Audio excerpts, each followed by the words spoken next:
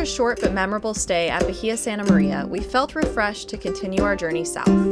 With our friends on Kessel just a bit ahead of us, we sailed off the hook and got into the wind line around 11, setting our course for Cabo San Lucas. Our sails filled with a 15-knot breeze, pushing us down the rocky coastline. It was a wonderful day of fair winds and following seas. If only it had stayed that way through the night.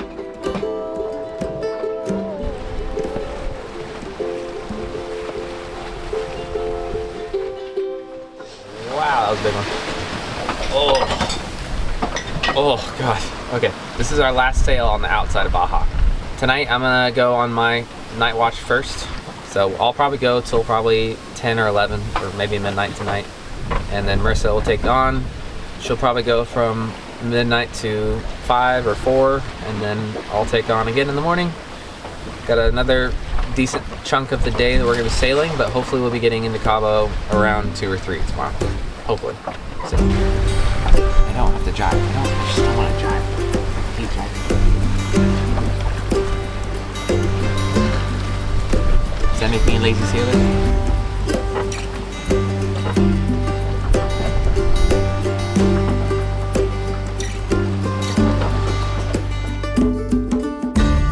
It was midnight on February 14th, 2023. The constellations of Leo and Cancer were above us, sparkling bright, but the phosphorescence in our wake gave the night sky a run for its money. Peter was the first to wish me a happy birthday over the radio, and in that same moment, shooting stars fell across the sky and the swell broke into a glistening cascade of whitewash.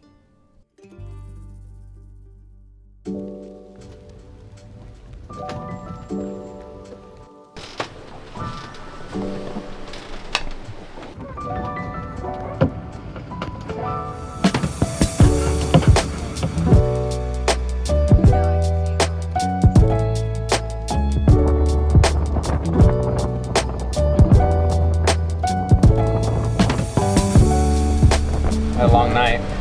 We had I'd say sustained 27, guessing in at 35s, pretty much all night.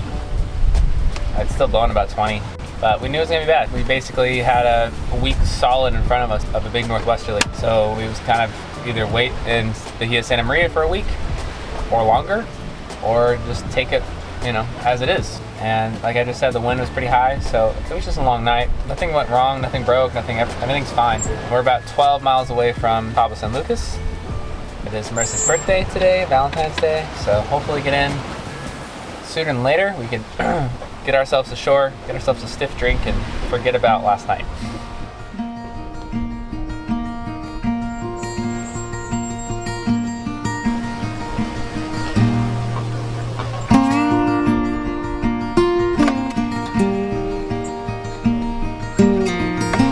Birthday girls KO'd.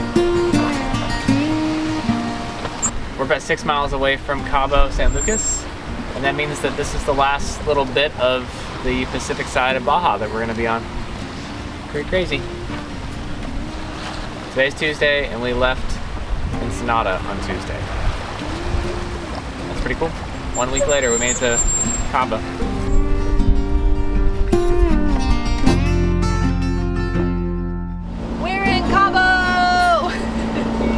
Why are we motoring? Because we want a shower! And we're super sweaty and my hair is gross and I want to take a birthday shower. So Did we make it here all the way without motoring? We did. We made it all the way here without motoring.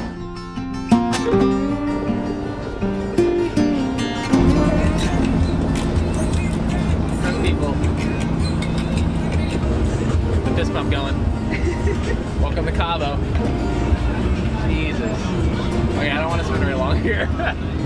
Right? Take a little wing out here. Or winglet. Woo! Send it right through the middle. Sail through. Woo!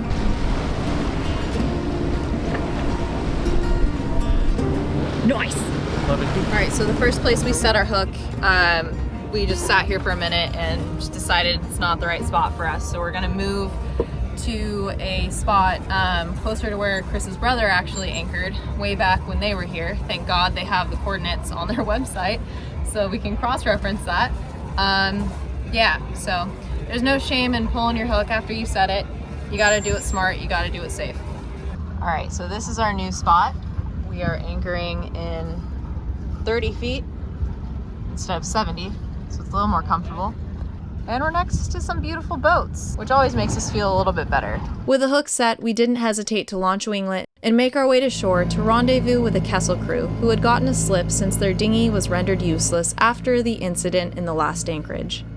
I still had a few hours left of my birthday, so we set out to find the biggest margarita I could get my hands on. The mission was accomplished. I can see how many more miles we did this time. Although we are glad we made the brief stop in Cabo, we were quickly reminded why we wanted to bypass it entirely. But that story is coming up next on Sailing Avocet.